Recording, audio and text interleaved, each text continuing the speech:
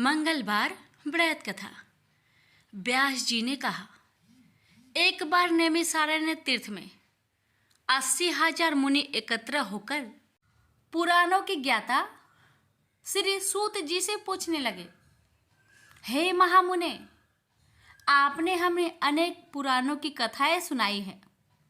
आप कृपा करके हमें ऐसा व्रत और कथा बताइए जिसके करने से संतान की प्राप्ति हो तथा मनुष्य को रोग शोक अग्नि सर्व दुख आदि का भय दूर हो, क्योंकि कलयुग में सभी जीवों की आयु बहुत कम है।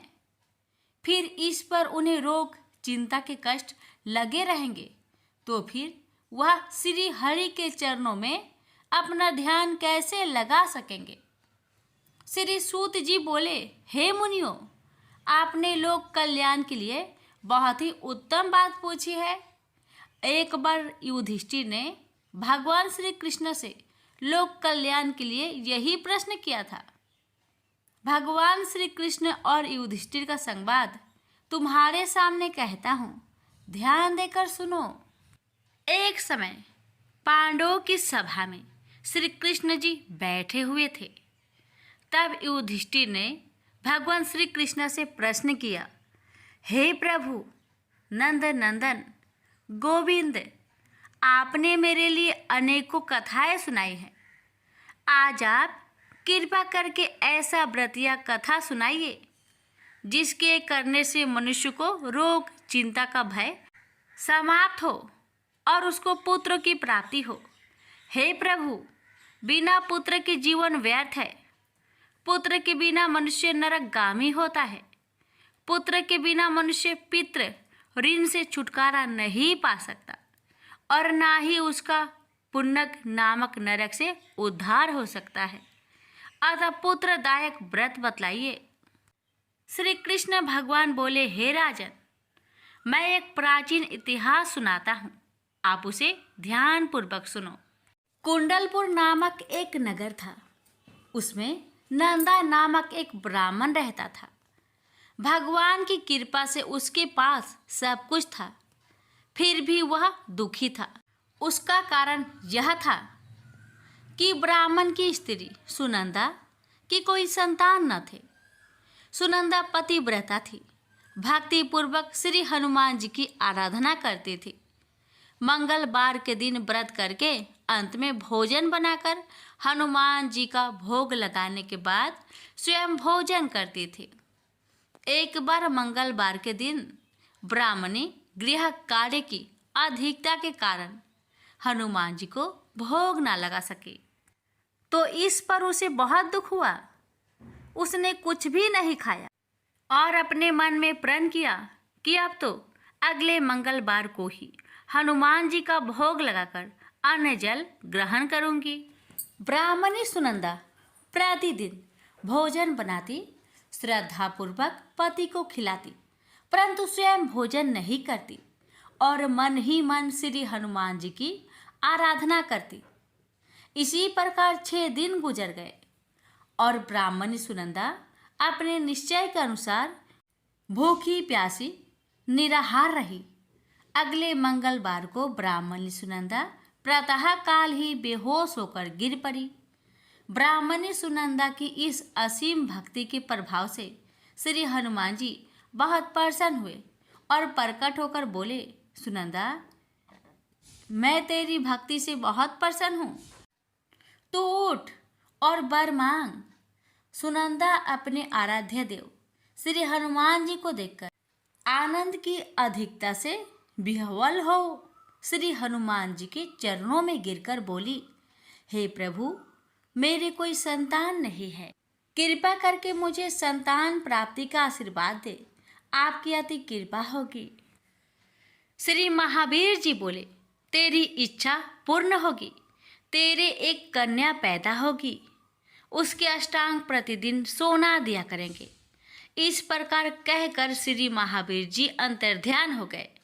ब्राह्मणी सुनंदा बहुत हर्षित हुई और सभी समाचार अपने पति से कहा। ब्राह्मण देव कन्या का वरदान सुनकर कुछ दुखी हुआ, परंतु सोना मिलने की बात सुनी तो बहुत प्रसन्न हुआ। विचार किया कि ऐसी कन्या के साथ मेरी निर्धनता भी समाप्त हो जाएगी। श्री हनुमान जी की कृपा से वह ब्राह्मणी गर्भवती हुई और 10वें महीने में उसे बहुत ही सुंदर पुत्री प्राप्त हुई। यह बच्ची अपने पिता के घर में ठीक उसी तरह बढ़ने लगी जिस प्रकार शुक्ला पक्ष की चंद्रमा बढ़ता है। 10वें दिन ब्राह्मण ने उस बालिका का नामकरण संस्कार कराया। उसके कुल पुरोहित ने उस बालिका का नाम रत्नावली रखा, क्योंकि यह कन्या सोना प्रदान किया करती थी। इस कन्या ने पूर्व जन्म में बड़े ही विधान से मंगल देव का व्रत किया था। रत्नावली का अष्टांग बहुत सा सोना देता था। उस सोने से नंदा ब्राह्मण बहुत ही धनवान हो गया।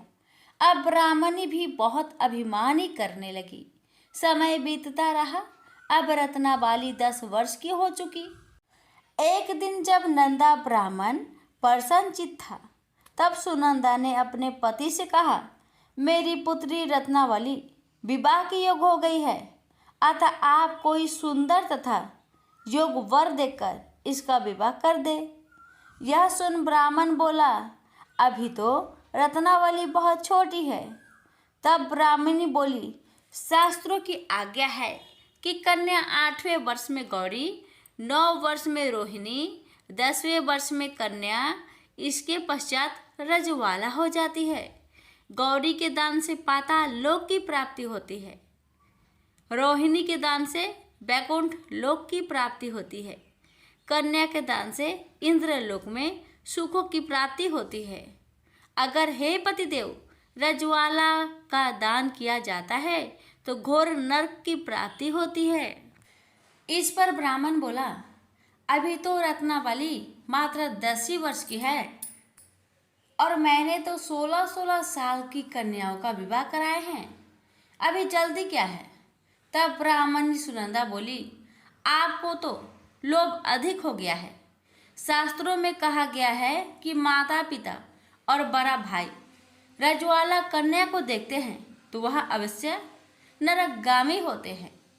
तब ब्राह्मण बोला, अच्छी बात है, कल मैं अवश्य ही योग वर की तलाश में अपना दूत भेजूंगा।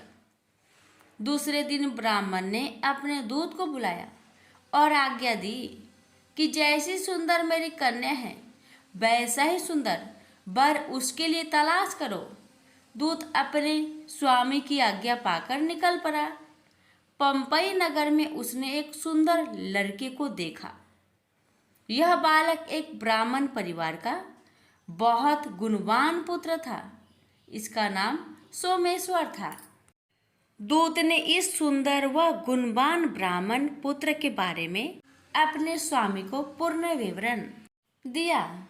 ब्राह्मण नंदा को भी सोमेश्वर अच्छा लगा और फिर शुभ मुहूर्त में विधि पूर्वक कन्यादान करके ब्राह्मण ब्राह्मणी संतुष्ट हुए। परंतु ब्राह्मण के मन तो लोभ समाया हुआ था। उसने कन्यादान तो कर दिया था, पर वह बहुत खिन्न भी था। उसने विचार किया कि रत्नावली तो अब चली जाएगी और मुझे इससे जो सोना मिलता था वह अब मिलेगा नहीं। मेरे पास जो धन था कुछ तो इसके विवाह में खर्च हो गया और जो शेष बचा है वह भी कुछ दिनों के पश्चात समाप्त हो जाएगा। मैंने तो इसका विवाह करके बहुत बड़ी भूल कर दी है। अब कोई ऐसा उपाय हो कि रत्नावली मेरे घर में ही बनी रहे, अपनी ससुराल ना जावे। लोभ रूपी राक्षस ब्राह्मण के मस्तिष्क पर छाता जा रहा था। रात भर अपनी सैया पर बेचैनी से करवटें बदलते बदलते उसने एक बहुत ही क्रूर निर्णय लिया। उसने विचार किया कि जब रत्नावली को लेकर उसका पति सोमेश्वर अपने घर के लिए जाएगा तो वह मार्ग में छिपकर सोमेश्वर का वध कर देगा और अपनी लड़की को अपने घर ले आएगा, जिससे नियमित रूप से उसे सोना भी मिलता रहेगा और समाज का कोई मनुष्य उसे दोष भी नहीं दे सकेगा।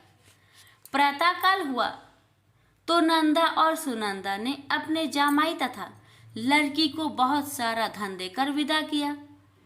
सोमेश्वर अपनी पत्नी रत्नावली को लेकर ससुराल से अपने घर की तरफ चल दिया।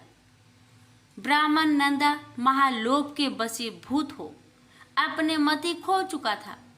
पाप पुण्य को उसे विचार न रहा था। अपने भयानक व क्रूर निर्णय को कार्य रूप देने के लिए उसने अपने दूत को मार्ग में अपने जामाई का वध करने के लिए भेज दिया था, ताकि रत्नावली से प्राप्त होने वाला सोना उसे हमेशा मिलता रहे और वो कभी निर्धन ना हो। ब्राह्मण के दूत ने अपने स्वामी की आज्ञा का पालन करते हुए उसके जमाई सोमेश्वर का मार्ग में ही वध कर दिया। समाचार प्राप्त कर ब्राह्मण नंदा मार्ग में पहुंचा और रुदन करते अपनी पुत्री रत्नावली से बोला, हे पुत्री, मार्ग में लुटेरों ने तेरे पति का वध कर दिया है। भगवान की इच्छा के आगे किसी का कोई बस नहीं चलता है। अब तू घर चल, वहां पर ही रहकर शेष जीवन व्यतीत करना। जो भाग्य में लिखा है वही होगा। अपने पति की अकाल मृत्यु से रत्नावली बहुत दुखी हुई। करुण क्रंदन व रुदन करते हुए अपने पिता से बोली, हे पिताजी, इस संसार में जिस स्त्री का पति नहीं है उसका जीना व्यर्थ है। मैं अपने पति के साथ ही अपने शरीर को जला दूंगी और सती होकर अपने इस जन्म को माता पिता के नाम को तथा सास ससुर के यश को सार्थक करूंगी। ब्राह्मण नंदा अपनी पुत्री रत्नावली के वचनों को सुनकर बहुत दुखी हुआ। विचार करने लगा, मैंने व्यर्थ ही जामाई वध का पाप अपने सिर लिया। रत्नावली तो उसके पीछे अपने प्राण तक देने को तैयार हो। मेरा तो दोनों तरफ से मरण हो गया। धन तो अब मिलेगा नहीं। जामाई वध के पाप के फलस्वरूप यम यातना भी भुगतनी पड़ेगी। यह सोचकर वह बहुत खिन्न हुआ।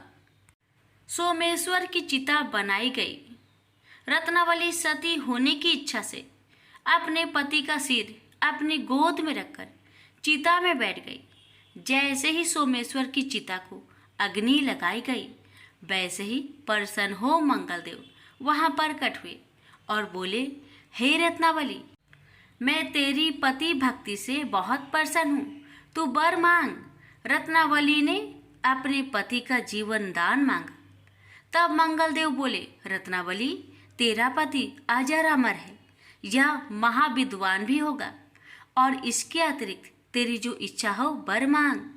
तब रत्नावली बोली, हे ग्रहों के स्वामी, यदि आप मुझ पर प्रसन्न हैं तो मुझे यह वरदान दीजिए कि जो भी मनुष्य मंगलवार के दिन प्रातः काल लाल पुष्प लाल चंदन से पूजा करके आपका स्मरण करे, उसको रोग व्याधि ना हो, सज्जनों का कभी वियोग ना हो, सर्प अग्नि तथा शत्रुओं का भय ना रहे।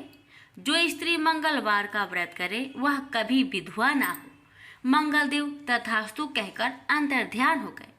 सोमेश्वर मंगलदेव की कृपा से जीवित हो उठा। रत्नावली अपने पति को पुनः प्राप्त कर बहुत प्रसन्न हुई और मंगलदेव का व्रत प्रत्येक मंगलवार को करके व्रतराज और मंगलदेव की कृपा से इस लोक में सुख ऐश्वर्य को भोगते हुए अंत में अपने पति के साथ स्वर्ग लोक को गई। प्रेम से बोलिए मंगल देव की जय। प्यारे भक्तों, अब आप सभी श्रवण करेंगे रामायण की आगे की कथा। प्रेम से बोलिए सियावर रामचंद्र की जय। हे भगवान, आपकी कथा कहने वाले, सुनने वाले, हुक्कार भरने वाले सभी भक्तों पर अपनी कृपा सदा सर्वदा बनाए रखे, सभी के कष्टों को दूर करे, सभी को मनवांछित फल प्रदान करे। जय सीताराम। कथा इस प्रकार है। केकई देश में सत्यकेतु नाम के एक प्रतापी नरेश राज करते थे। उनके दो बलवान धर्मध्वज और पितृभक्त पुत्र थे। बड़े पुत्र का नाम प्रताप भानु और छोटे पुत्र का नाम अमीर मर्दन था। सत्यकेतु में उनके नाम के अनुसार ही सत्य आचरण था। और उनकी प्रजा अपने अपने धर्म व कर्तव्य में लीन रहती थी। प्रजा वत्सल सत्य केतु न्यायी व धर्मशील राजा थे और अपने पुत्र को भी उन्होंने ही यही शिक्षा दी थी। वृद्ध अवस्था होने पर राजा सत्य केतु ने बड़े पुत्र प्रभात भानु को राज्यभार सौंपा और वानप्रस्थ ग्रहण किया। प्रताप भानु ने बड़ी कुशलता से राज्य का दायित्व संभाला और क्षत्रिय धर्म में जो भी प्रचलित पद पे थे सब संपन्न करते हुए अपने राज्य का विस्तार किया। अनेक राजा तो संधि करके कर देने लगे, लेकिन जिसने हठ की उसे बलपूर्वक प्रताप भानु ने पदच्युत कर दिया और वह देश छोड़कर भाग गया। ऐसे ही एक कालकेतु नाम का काकतीय राजा था जो तंत्र मंत्र छल कपट आदि में निपुण था। उसी के जैसा एक और पदच्युत राजा नीलमणि था जो एक विभिन्न वन में मुनि रूप में रहता था। शत्रु का शत्रु मित्र होता है, इसके आधार पर दोनों में मित्रता हो गई थी और दोनों प्राय अपने संयुक्त शत्रु से प्रतिशोध लेने की योजनाएं भी बनाते रहते थे। इधर राजा प्रताप भानु अपने भाई अरिमर्दन के साथ प्रजा पालन में मनोयोग से व्यस्त था। राज्य में चारों ओर सुख और समृद्धि थी। राजा प्रजा प्रिय था और प्रजा भी अपने राजा का सम्मान करती व उसके दीर्घ आयु होने की प्रार्थना करती थी। इस प्रकार शांति पूर्वक राज्य का संचालन हो रहा था। एक दिन राजा प्रताप भानु अखेट के लिए सेना सहित वन खंडों की ओर चलाया। यह कई दिन का अखेट अभियान था जो राजा यदा कदा अपने मनोरंजन के लिए आयोजित किया करता था। इसके वन्य जातिया की भी कुशल क्षेम का पता चल जाता था और अखेट दल का अभ्यास भी हो जाता था। काल केतु को भी यह समाचार मिल गया था कि शत्रु अखेट अभियान पर आ गया, अतः उसने नीलमणि के साथ मिलकर उससे बदला लेने की योजना बना ली थी। एक सुबह काल केतु ने अपनी कपट विद्या से मृग का रूप धारण किया और राजा के सामने से कुलाचे भरता हुआ भाग लिया। राजा प्रताप भानु को उस मृग की चुनौती विचित्र लगी, जैसे उसने आमंत्रण दिया हो। राजा ने अपना घोड़ा उसके पीछे लगा दिया। घने वृक्षों के बीच वह मृग कभी दिखाई देता और कभी ओझल हो जाता, फिर ठहर कर ऐसे घूमता मानो कह रहा हो कि आओ मेरा आखेट करो। राजा ने साध कर अनेक बाण चलाए, परंतु मृग की चपलता के सामने एक भी बाण उसे स्पर्श न कर सका। सुबह से दोपहर और दोपहर से शाम हो गई और वह मृग राजा को भटकाकर दूर जंगल में ले आया। राजा प्रताप भानु को इतनी दौड़ धूप के बाद भी मृग हाथ से निकल जाना क्षुब्ध कर रहा था। भूख प्यास से भी अपना प्रभाव दिखाना शुरू कर दिया था। न जाने शिविर किस दिशा में और कितनी दूर था। दिशा भ्रम हो गया था। संगी साथी सब बिछुड़ गए थे। सूर्यास्त होने पर जंगल में अंधेरा और भी गहरा हो गया था। मृग तो अब मरीचिका ही बन गया था। अश्व भी थक गया था। राजा अनुमान से ही एक दिशा में चल दिया। वह जितना आगे बढ़ता जाता उतना ही वन सघन होने के साथ ही अंधकार भी बढ़ रहा था। जाने कितनी देर भटकने पर राजा को बहुत दूर अग्नि की लौ दिखाई दी। वह जानता था कि उसके सैनिक उसे खोज रहे होंगे। वह अग्नि प्रकाश की ओर बढ़ता चला। समीप आने पर देखा कि एक मुनिवर ध्यान मग्न होकर धुनी रमाए बैठे हैं। राजा को राहत हुई कि भोजन न सही जल तो मिल ही जाएगा। राजा ने अश्व को वहीं छोड़ा और स्वयं मुनि के समीप पहुंचा। वहां एक छोटी सी कुटिया थी जिसके सामने मुनिवर धुनी रमाए बैठे थे। राजा के पैरों की आहट से संभवतः मुनि का ध्यान भंग कर दिया था। केकई नरेश का स्वागत है। मुनि ने मीठी वाणी में कहा, आइए राजन, हम आपकी ही प्रतीक्षा कर रहे थे। नियति ने आज की रात्रि परवास यही निश्चित किया है। मुनिवर प्रणाम, आप तो त्रिकालदर्शी है महामुने, जो मेरे परिचय और आगमन के विषय में पूर्व निश्चित थे। राजा कौतूहल से बोला, मुनिवेशी, नीलमणि ने शत्रु को अपने जाल में फंसा जानकर मीठी वाणी से अपनी विद्या की प्रशंसा करते हुए राजा के विषय में बहुत कुछ बताकर उस पर विश्वास जमा लिया। राजा तो उनका भक्त हो गया था। मुनि भेष में शत्रु भी तो हो सकता है, ऐसा तो उस सज्जन राजा ने विचार तक नहीं किया था। मुनिवर ने राजा को पीने के लिए जल दिया तो जैसे उसके प्राण लौटे, फिर खाने को कुछ फल भी दिए, जिससे राजा की क्षुधा भी शांत हुई। मुनि रूपी नीलमणि ने बताया कि वह कभी इंद्र का रसोइया था, जिसके बनाए भोजन से बुद्धि स्वास्थ्य और निर्मल रहती है, और इसी कारण देवता इतने समृद्ध और ऐश्वर्यशाली थे। उसने ये भी कहा कि वे पृथ्वी पर कुछ दिन के आनंद प्रवास हेतु इंद्रदेव से अवकाश लेकर आए हैं। प्रताप भानु उसकी छल भरी बातों में फंस गया था और उसने अपने कल्याण की आशा करके ऐसा कोई उपाय पूछा जिससे उसका वैभव अस्थायी हो जाए। राजन, यदि मेरे द्वारा बनाई गई रसोई को तुम 1,00,000 ब्राह्मणों को अपने हाथों से परोसकर खिलाओ तो उन सबके आत्मिक आशीष से तुम्हारा वैभव अस्थायी और अपार हो जाएगा। परंतु यह अत्यंत गुप्त भोजन होगा, जिससे मेरे विषय में किसी को पता न चले। मेरी गुप्त रसोई में सारी सामग्री उपलब्ध हो और मेरे पास कोई भी न आए। राजा प्रताप भानु काल केतु और नीलमणि के कपट जाल में फंस चुका था। वह क्या जानता था कि मायावी काल केतु और छली नीलमणि जैसे उसके 2 अज्ञात शत्रुओं ने बिना युद्ध किए ही उसके समूचे कुल व राज्य का विनाश करने का कुचक्र रच दिया था। प्रताप भानु ने हर्ष और आशा से भरकर गुप्त रसोई का निर्माण शुरू कर दिया और 1,00,000 ब्राह्मणों को महाभोज का निमंत्रण भेज दिया। ब्राह्मणों के लिए भी यह कोई आश्चर्य का विषय न था, क्योंकि राजा लोग ऐसे आयोजन प्राय करते रहते थे। राज्य के साधारण समाज को भी महाभोज में बुलाया गया था। ब्राह्मणों का भोजन गुप्त रसोई में पकाने कपटी मुनि और उसका सहायक काल केतु पहुंच गए थे, और इसका पता केवल राजा को ही था। निश्चित दिवस को 1,00,000 ब्राह्मण राजधानी में आ गए। उनके भोज की अलग व्यवस्था थी। भोजन भी तैयार था। गुप्त रसोई से आ रहे भोजन को राजा अपने हाथों से परोस रहा था।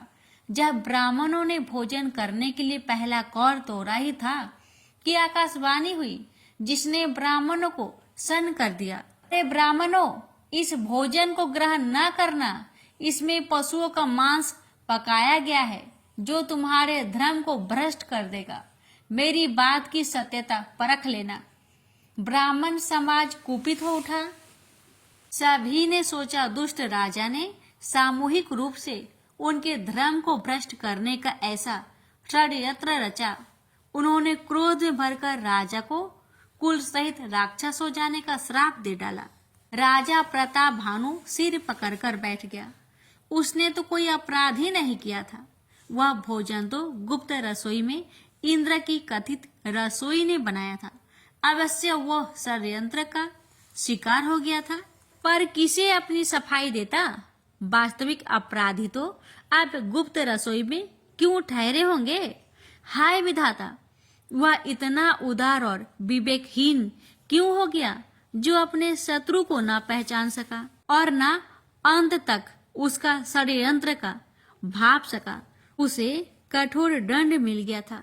बिना अपराध किए ही उसने कुल के विनाश का समान कर दिया था। उसी समय दूसरी आकाशवाणी भी हुई, जिसने ब्राह्मणों के श्राप को बिना विचारे दिया हुआ श्राप बताकर राजा के निर्दोष होने की बात कही तो ब्राह्मण भी अकुला उठे, परंतु अब क्या हो सकता था। ऐसे सामूहिक श्राप का तो कोई उपाय भी ना था। यह सब होनी का खेल था जिसे कोई टाल नहीं सकता। विद्वान ब्राह्मणों ने राजा को होनी की प्रभुता के विषय में अनेकानेक उदाहरण देके सत्वना दी, लेकिन श्राप का प्रभाव अगले ही क्षण से दिखाई देने लगा था। भीषण चक्रवात और जल वृष्टि से राज्य जैसे प्राकृतिक कोप का सामना कर रहा था। धीरे धीरे सब नष्ट होने लगा। राजा प्रताप भानु ही श्राप के प्रभाव से त्रेता युग में रावण के रूप में और उनका अनुज अरिमर्दन मनोहर कुंभकर्ण के रूप में जन्मे। प्रेम से बोलिए सियावर रामचंद्र की जय। एक बार भगवान नारायण बैकुंठ लोक में सोए हुए थे। उन्होंने सपने में देखा कि करोड़ों चंद्रमाओं की कांति वाले त्रिशूल डमरूधारी स्वर्ण भरण भूषित सूर्येंद्र बंदित सिद्धि सेवित त्रिलोचन भगवान शिव प्रेम और आनंदातिरिक्त से उन्मत्त होकर उनके सामने नृत्य कर रहे हैं। उन्हें देखकर भगवान विष्णु हर्ष से गदगद हो उठे और अचानक उठकर बैठ गए। कुछ देर तक ध्यानस्थ बैठे रहे। उन्हें इस प्रकार बैठे देखकर श्री लक्ष्मी जी पूछने लगी, भगवान आपके इस प्रकार अचानक निद्रा से उठकर बैठने का क्या कारण है। भगवान ने कुछ देर तक उनके इस प्रश्न का कोई उत्तर नहीं दिया और आनंद में निमग्न चुपचाप बैठे रहे। कुछ देर बाद हर्षित होते हुए बोले, देवी मैंने अभी स्वप्न में भगवान श्री महेश्वर का दर्शन किया है। उनकी छवि ऐसी अपूर्व आनंदमयी एवं मनोहर थी कि देखते ही बनती थी। मालूम होता है कि शंकर ने मुझे स्मरण किया है। अहो भाग्य, चलो कैलाश में चलकर हम लोग महादेव के दर्शन करें। ऐसा विचार कर दोनों कैलाश की ओर चल दिए। भगवान शिव के दर्शन के लिए कैलाश मार्ग पर आधी दूर गए होंगे कि देखते हैं भगवान शंकर स्वयं गिरिजा के साथ उनकी ओर चले आ रहे हैं। अब भगवान के आनंद का तो ठिकाना ही नहीं रहा। मानो घर बैठे निधि मिल गई। पास आते ही दोनों परस्पर बड़े प्रेम से मिले। ऐसा लगा मानो प्रेम और आनंद का समुद्र उमड़ पड़ा। एक दूसरे को देखकर दोनों ने नेत्रों से आनंद आंसू बहने लगे और शरीर पुलकायमान हो गया। दोनों ही एक दूसरे से लिपटे हुए कुछ देर मुखबख्त खड़े रहे। प्रश्नों उत्तर होने पर मालूम हुआ कि शंकर जी को भी रात्रि में इसी प्रकार का सपना हुआ कि मानो विष्णु भगवान को वे उसी रूप में देख रहे हैं जिस रूप में अब उनके सामने खड़े थे। दोनों के स्वप्न का वृत्तांत से अवगत होने के बाद दोनों एक दूसरे को अपने निवास ले जाने का आग्रह करने लगे। नारायण ने कहा कि बैकुंठ चलो और भोलेनाथ कहने लगे कि कैलाश की ओर प्रस्थान किया जाए। दोनों के आग्रह में इतना अलौकिक प्रेम था कि यह निर्णय करना कठिन हो गया कि कहाँ चला जाए। इतने में ही क्या देखते हैं कि बीना बजाते हरिगुण गाते नारद जी कहीं से आ निकले। बस फिर क्या था, लगे दोनों उनसे निर्णय कराने कि कहाँ चला जाए। बेचारे नारद जी तो स्वयं परेशान थे उस अलौकिक मिलन को देखकर। वे तो स्वयं अपनी शुद्ध बुद्ध भूल गए और लगे मस्त होकर दोनों का गुणगान करने। अब निर्णय कौन करे। अंत में यह तय हुआ कि भगवती उमा जो कह दे वही ठीक है। भगवती उमा पहले तो कुछ देर चुप रही। अंत में वे दोनों की ओर मुख करते हुए बोली, हे नाथ, हे नारायण, आप लोग के निश्चल अनन्य एवं अलौकिक प्रेम को देखकर तो यही समझ आता है कि आपके निवास अलग अलग नहीं है। जो कैलाश है वही बैकुंठ है और जो बैकुंठ है वही कैलाश है। केवल नाम में ही भेद है। यही नहीं, मुझे तो ऐसा प्रतीत होता है कि आपकी आत्मा भी एक ही है, केवल शरीर देखने में दो है। और तो और मुझे तो स्पष्ट लग रहा है कि आपकी भार्याएं भी एक ही हैं। जो मैं हूँ वही लक्ष्मी है और जो लक्ष्मी है वही मैं हूँ। केवल इतना ही नहीं, मेरी तो अब यह दृढ़ धारणा हो गई है कि आप लोगों में से एक के प्रति जो देश करता है वह मानो दूसरे के प्रति ही करता है। एक की जो पूजा करता है वह मानो दूसरे की भी पूजा करता है।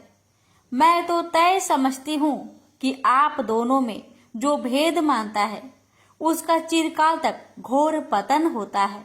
मैं देखती हूँ कि आप मुझे इस प्रसंग में अपना मध्य स्थल बनाकर मानो मेरी प्रवचना कर रहे हैं, मुझे असमंजस में डाल रहे हैं, मुझे भुला रहे हैं।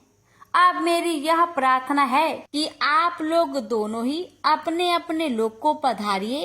श्री विष्णु यह समझे कि हम शिव रूप में बैकुंठ जा रहे हैं और महेश्वर यह माने कि हम विष्णु रूप में कैलाश गमन कर रहे हैं। इस उत्तर को सुनकर दोनों परम प्रसन्न हुए और भगवती उमा की प्रशंसा करते हुए दोनों ने एक दूसरे को प्रणाम किया और अत्यंत हर्षित होकर अपने अपने लोक को प्रस्थान किया। लौटकर जब श्री विष्णु बैकुंठ पहुंचे तो श्री लक्ष्मी जी ने उनसे प्रश्न किया, हे प्रभु, आपको सबसे अधिक प्रिय कौन है? भगवान बोले, प्रिय, मेरी प्रियतम केवल श्री शंकर है। देहधारियों को अपने देह की भांति वे मुझे अकारण ही प्रिय है। एक बार मैं और श्री शंकर दोनों पृथ्वी पर घूमने निकले। मैं अपने प्रियतम की खोज में इस आशय से निकला कि मेरी ही तरह जो अपने प्रियतम की खोज में देश देशांतर में भटक रहा होगा वही मुझे अकारण प्रिय होगा। थोड़ी देर के बाद मेरी श्री शंकर जी से भेंट हो गई। वास्तव में मैं ही जनार्दन हूँ और मैं ही महादेव हूँ। अलग अलग दो घरों में रखे हुए जल की भांति मुझ में और उनमें कोई अंतर नहीं है। शंकर जी के अतिरिक्त शिव की चर्चा करने वाला शिव भक्त भी मुझे अत्यंत प्रिय है। इसके विपरीत जो शिव की पूजा नहीं करते वे मुझे कदापि प्रिय नहीं हो सकते। इस तरह जो शिव की पूजा करता है वह बैकुंठवासी विष्णु को भी स्वीकार है और जो श्री विष्णु की वंदना करता है वह त्रिपुरारी को भी मान लेता है। प्रेम से बोलिए हर हर महादेव, माता पार्वती की जय। आगे की कथा प्रेम से बोलिए जय श्री गणेश। ये बात उस समय की है जब भगवान शिव कैलाश पर्वत के सुरमयी शिखर पर बैठे हुए थे और उनके समक्ष माता पार्वती दोनों हाथ जोड़कर उनसे पावन राम कथा सुनाने की विनय कर रही थी। शिवजी मुस्कुरा रहे थे। पार्वती की इस विनती के कारण स्मरण करके आशुतोष भगवान मन ही मन मोदित हो रहे हैं। यह उनके पूर्व जन्म का ही वृंतांत था जब वे सती रूप में भगवान शिव की अर्धांगिनी थी। उस दिन शिव सती दंडकारण्य की तपोभूमि का भ्रमण कर रहे थे।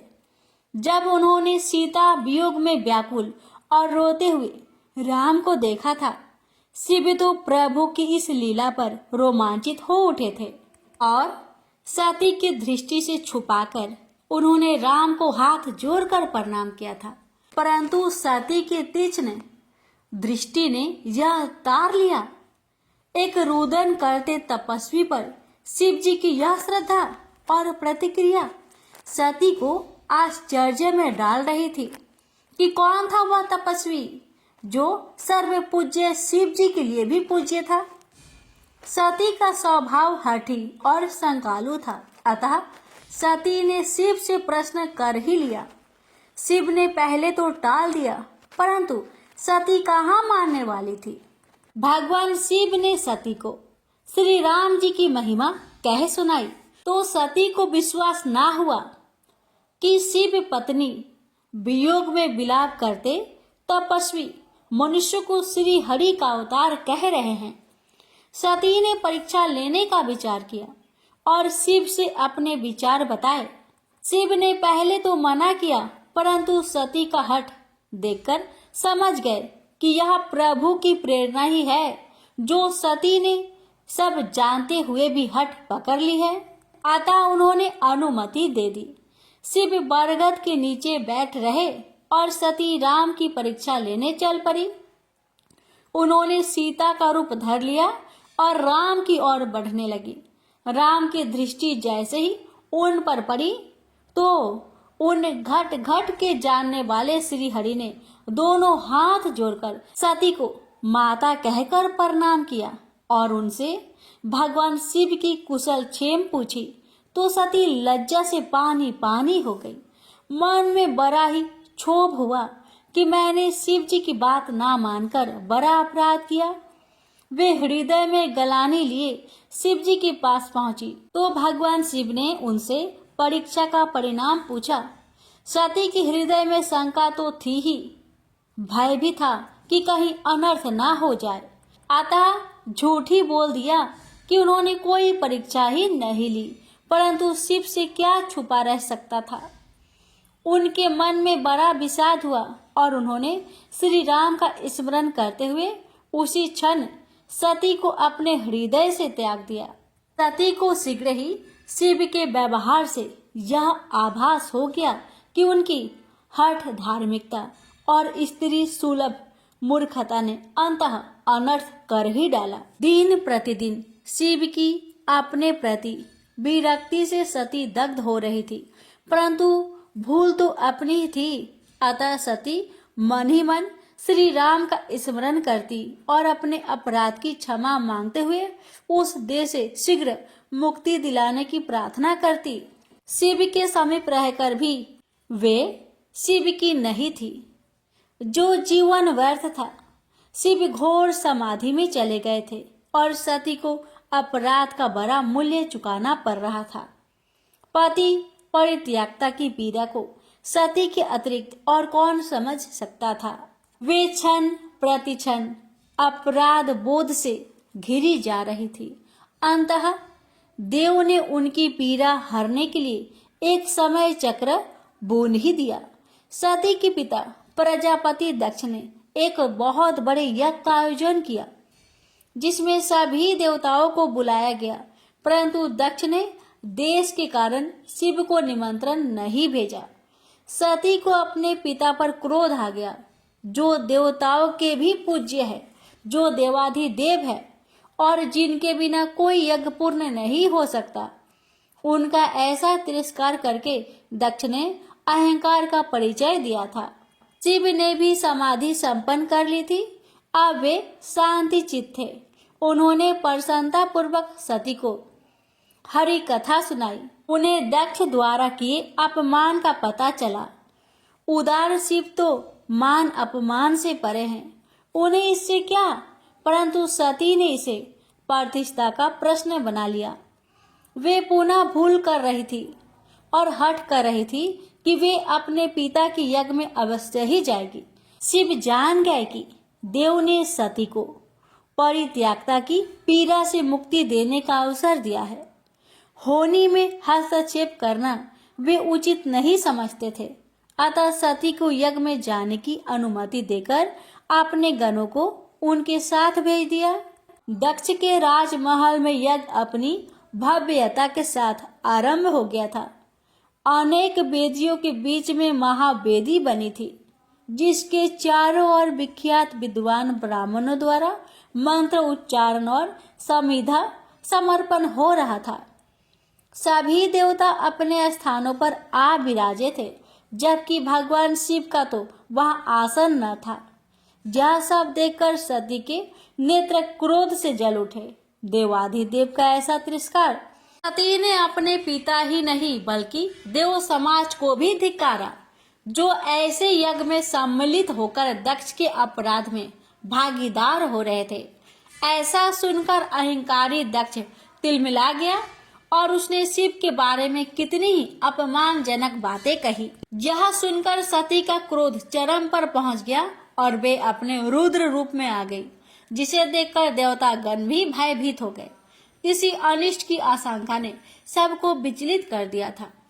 सती ने अपने पिता के अपमान से दग्ध होकर उस देह को ही भस्म करने का निर्णय ले लिया और अपनी देह यज्ञ की महावेदी को समर्पित कर दी। सती की आत्मदाह करने से चारों ओर हाहाकार मच गया। देवता सन्न रह गए और सभा में सनसनी फैल गई। सती का यह आत्मदाह एक बड़े संकट का कारण बनने वाला था, अतः लोग इधर उधर खिसकने लगे। देवगणों ने तत्काल जाकर महादेव को सती के आत्मदाह की सूचना दी। तो शिव का अंग प्रत्यंग क्रोध से कांप उठा। सृष्टि में जैसे प्रलय ही आ गई। संहारक शिव की क्रोध अग्नि ऐसी ही प्रचंड थी। शिव ने अपने सिर से एक केश उखाड़ा और भूमि पर पटक दिया, जिससे एक भयानक आकृति का बलवान योद्धा वीरभद्र उत्पन्न हुआ। उसके अग्नि समान जलते नेत्र थे और हाथों में खड्ग व कंधों पर प्रचंड धनुष लटक रहा था। वीरभद्र गर्जना करता हुआ दक्ष की यज्ञशाला में पहुंच गया और उसने भीषण रक्तपात आरंभ कर दिया। दक्ष को जिस सेना पर अहंकार था, वह वीरभद्र के रौद्र रूप के सामने जान बचाने के लिए इधर उधर भाग रहे थे। वीरभद्र की दृष्टि शिवद्रोही दक्ष को खोज रही थी और वह अपने प्राण बचाने के लिए अंतपुर की ओर भाग जा रहा था। वीरभद्र ने झपट कर उसे पकड़ लिया और खड्ग के प्रहार से उसका मस्तक काट दिया। यज्ञ का विध्वंस हो गया था। सती को इस प्रकार उस देह से मुक्ति मिल गई जिसे शिव ने त्याग दिया था। विधाता ने अपने प्रभाव को सिद्ध कर दिया था कि होनी अटल है और इसके प्रहार से कोई नहीं बच सकता। प्रेम से बोलिए सियावर रामचंद्र की जय। अब सुनिए आगे की कथा। सती ने वह देह तो त्याग दी थी, पर शिव से बिलग वे कैसे रहती। न तो उनके बिना शिव और न शिव के बिना सती पूर्ण थी, और न इन दोनों का अभाव तो सृष्टि को शून्य कर देने वाला था। सती ने अपना अगला जन्म राजा हिमाचल की पत्नी मैनावती के गर्भ से लिया, जहां उनका नाम उमा या पार्वती रखा गया। माता पिता और समस्त परिजनों की लाडली पार्वती का जन्म उत्सव बड़े ही धूमधाम से मनाया गया। नारद जी ने यह समाचार सुना तो हर्षित होकर जगजननी के बाल रूप के दर्शन करने पहुंच गए। नारद जी ने बालिका के गुण दोष देखे और सर्वत्र गुणों की खान उस कन्या के भविष्य का वर्णन किया, जिसे सुनकर सभी हर्षित हो उठे। परंतु जब नारद जी ने पार्वती के भावी पति का वर्णन किया तो सब विचलित हो उठे। योगी, जटाजुटधारी, निष्काम, दरिद्र और अमंगल भेष वाले पति के बारे में देव ऋषि से सुनकर पार्वती के माता पिता को तो निश्चय ही उदास हो जाना था। सखिया भी सहम गई। नारद जी के मुख पर प्रसन्नता थी, क्योंकि भाभी वर के सभी लक्षण महादेव शिव के थे। नारद तो पार्वती को आशीर्वाद देकर चले गए, परंतु माता मैनावती संदेहग्रस्त हो गई। राजा हिमाचल ने मैनावती को समझाया कि अभी छोटी सी कन्या के वर के विषय में चिंतित होना ठीक नहीं है। भाग्य कब करवट ले कौन कह सकता है, और देवऋषि नारद तो वैसे भी जूही मनोविनोदी स्वभाव के हैं। वे कब किसकी चिंता दूर करने का उपाय कर दे और कब किसे चिंता में डालकर नारायण नारायण भजते हुए लोक भ्रमण को चल पड़े। मैनावती को नारद की बात पर विश्वास था, अतः उसका मात्र हृदय कभी अवसस्त न हुआ। कन्या नित्य चंद्रमा शुक्ल पक्ष की भांति बढ़ने लगी। पार्वती कब कन्या से किशोरी हो गई, माता पिता को लार प्यार में पता ही न चला। रानी ने अपने संदेह को ध्यान में रखते हुए राजा से पुत्री के लिए योग्य वर खोजने की विनती की और राजा ने भी नारद जी की वचनों के विपरीत प्रयास करने को अपना पितृधर्म समझा। मैनावती ने देखा भी था कि पार्वती किसी विचार से स्वतः मुस्कुरा उठती थी, और यह तब होता था जब वे अपनी भाभी वर की छवि की कल्पना करने लगती थी। माता ने यूं ही पार्वती से इस विषय में पूछ लिया तो पार्वती ने उसी छवि का वर्णन किया जैसा नारद जी ने किया था। मैनावती जान गई कि देवऋषि के वचन असत्य नहीं हो सकते थे।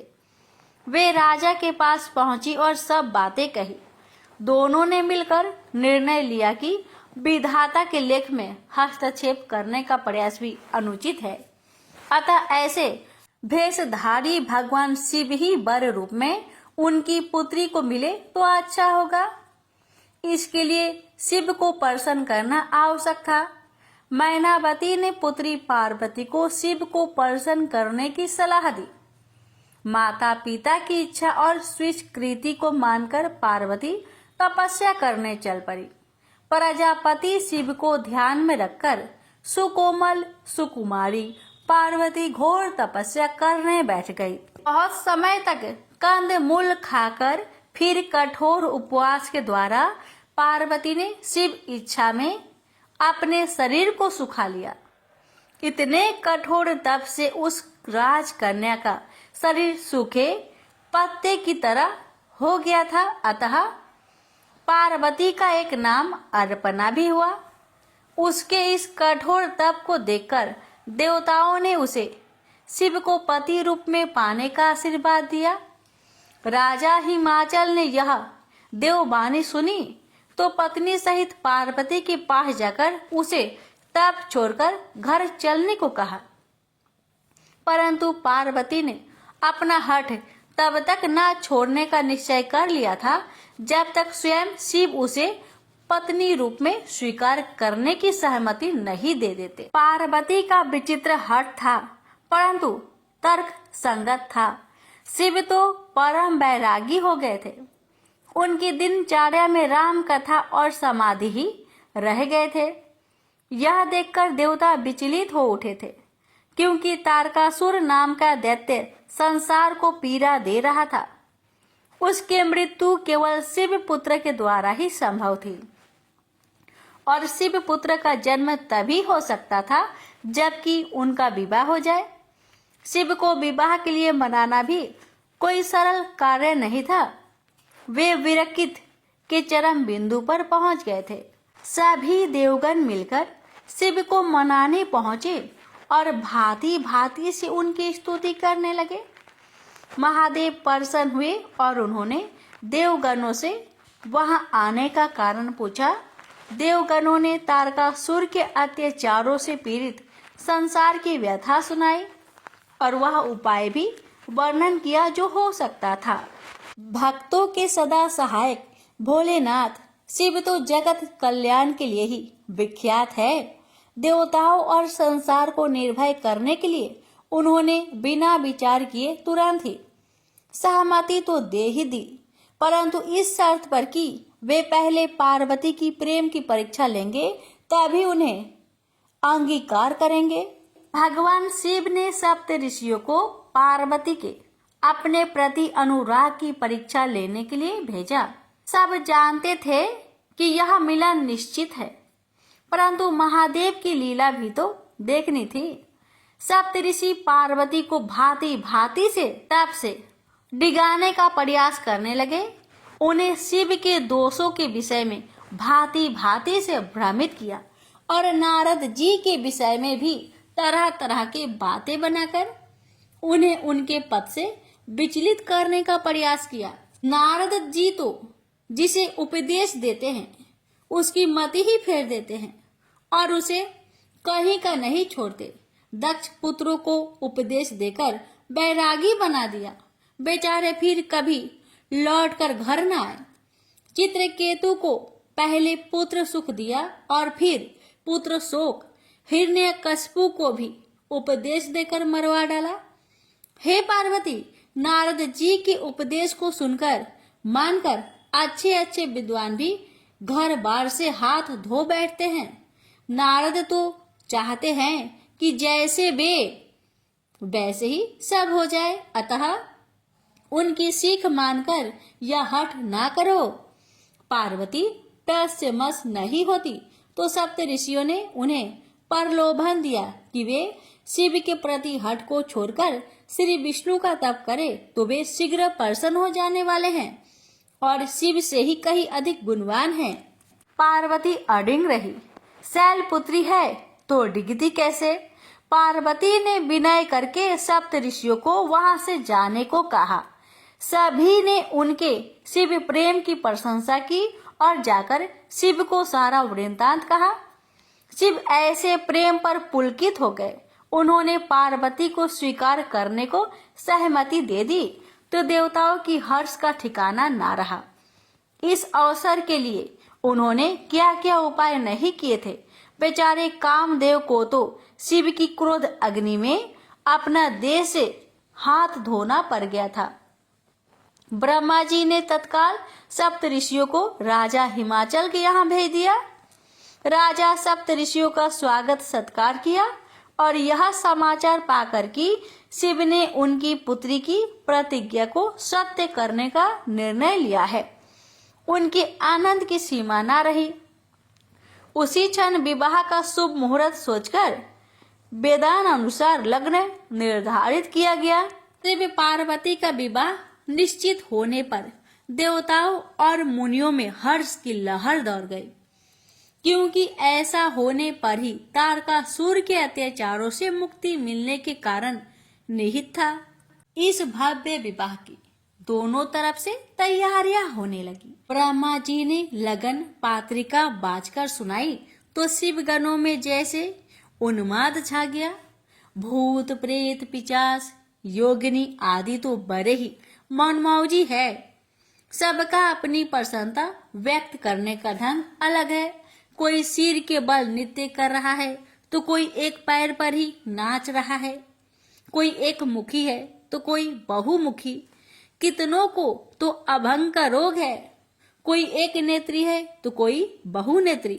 सब भांतियां तो इन्हें स्पर्श तक नहीं करती। शिव जैसे मस्त मौला वैसे ही उनके गण भी होंगे, इसमें क्या संदेह है। प्रसन्नता का अवसर है तो व्यक्त करने में किसी प्रकार का संकोच और लज्जा क्यों। शिव पार्वती विवाह के प्रसंग का तुलसीदास जी ने रामचरित्र मानस में बड़ा ही रोचक व देशक वर्णन किया है। भारतीय संस्कृति में विवाह एक पर्व की भांति होता है। इसमें वर वधू दोनों पक्षों द्वारा प्रसन्नता उत्साह व आनंद का प्रदर्शन होता है।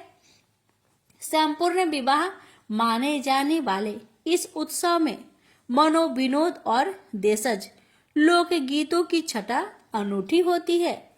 तुलसीदास इसे बड़े भाव से व्यक्त करने में सफल हुए हैं। शिव बारात संसार की सबसे विचित्र और भय उत्पन्न करने वाली बारात है। एक और देवतागण सुंदर परिधानों आभूषणों से सजे धजे धीर गंभीर अपने अपने वाहनों पर सवार है। वही शिवगणों की नंग धरंग मस्त मलंग टोली एक दूसरे को ही वाहन बना रही है।